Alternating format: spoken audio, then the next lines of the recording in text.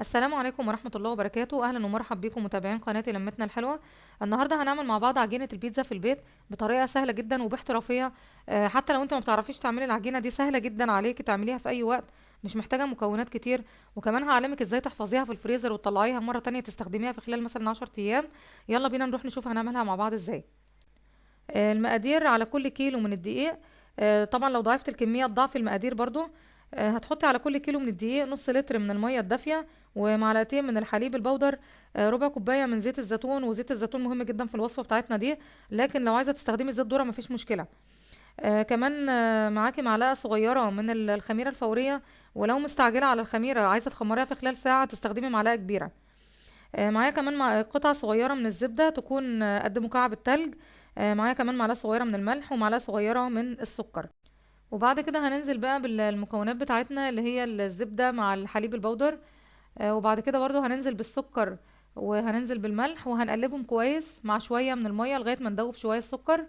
وبعد كده هنحط آخر حاجة الخميرة وهندوبهم كويس، وهنسيبهم لما يتفاعلوا وبعدين هنرجع لكم تاني. دلوقتي بعد ما تفاعلوا كده بالشكل ده هنقلبهم بقى كويس تاني، وهننزل برضو بجزء من المية بتاعتنا.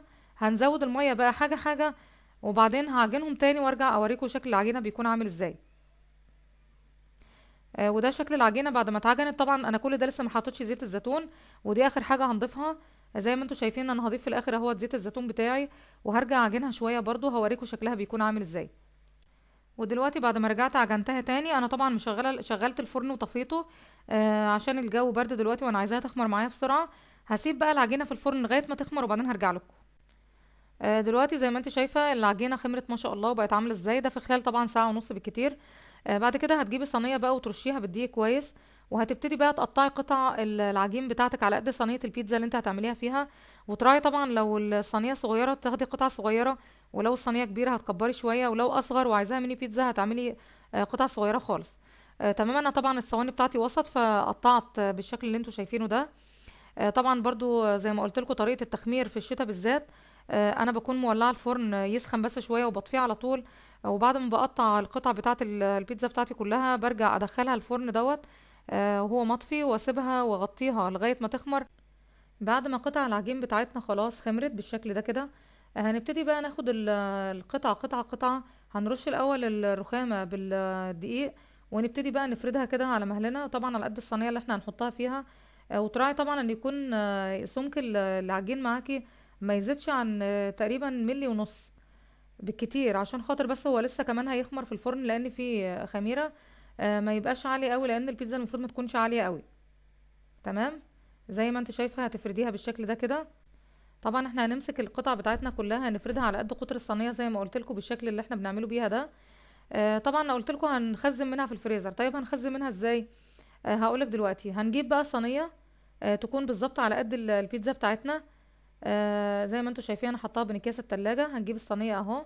هنحط كيس من اكياس التلاجة المفتوح، وهنرجع نرشه بالدقيق، وهنرجع نحط القطعة بتاعتنا بتاعة البيتزا اللي احنا فردناها، وهنرجع تاني نرش عليها دقيق ونحط كيس من اكياس التلاجة. وهنكرر الموضوع ده، هنفضل نرش دقيق ونحط كيس ونحط قطعة، ونرش دقيق ونحط كيس ونحط قطعة، لغاية ما نحط كام قطعة كده من اللي احنا هنعينهم في الفريزر. وبعد كده هندخل بقى يعني الصينية بتاعتنا دي في كيس كبير، ونقفله كويس ونحفظه بقى في الفريزر لغاية ما نيجي نستخدمه مرة تانية. وده بيكون شكل العجين بتاعنا بعد ما سيبناه في الفريزر حوالي 10 ايام وطلعناه. طلعته من قبلها بحوالي 5 ساعات عشان يفك. عايزه اقولك ان انت لو بتحب عجينه البيتزا بتكون ناشفه شويه ومقرمشه شويه، يبقى استخدميها بعد ما تحطيها في الفريزر بالشكل ده. لكن لو بتحبيها طريه استخدميها والعجينه لسه يعني طازه في نفس اليوم. تمام. اتمنى ان انتم تكونوا استفدتوا من الفيديو بتاعي النهارده. لو عجبكم الطريقه بتاعتي دعموني بلايك وسبسكرايب وشير القناه، وما تنسوش كمان تفعلوا الجرس عشان يوصلكم مني كل جديد. والسلام عليكم ورحمه الله وبركاته.